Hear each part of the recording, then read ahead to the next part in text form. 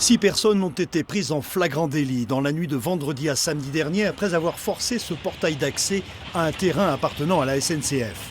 Interpellées, elles auraient expliqué faire du repérage pour la mise en place d'une zone à défendre, une ZAD, dans les jardins ouvriers de la Buisseratte, situés juste en face.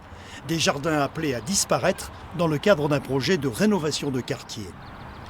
C'est un projet qui comprend une partie d'espace vert et qui surtout, et c'était une demande de la municipalité de l'époque, que je reprends bien volontiers, de conserver une partie de jardin partagé.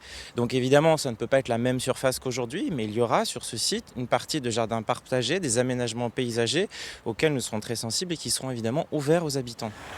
Depuis quelque temps, des résidents et des associations se mobilisent bel et bien pour faire barrage à ce projet immobilier. Mais celles que nous avons pu joindre se défendent de tout lien avec les activistes interpellés.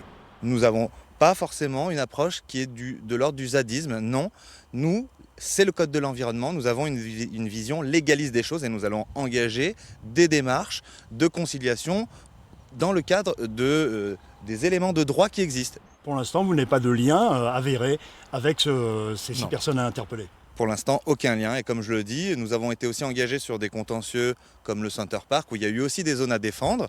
Nous avons mené des combats juridiques pour faire avancer le code de l'environnement.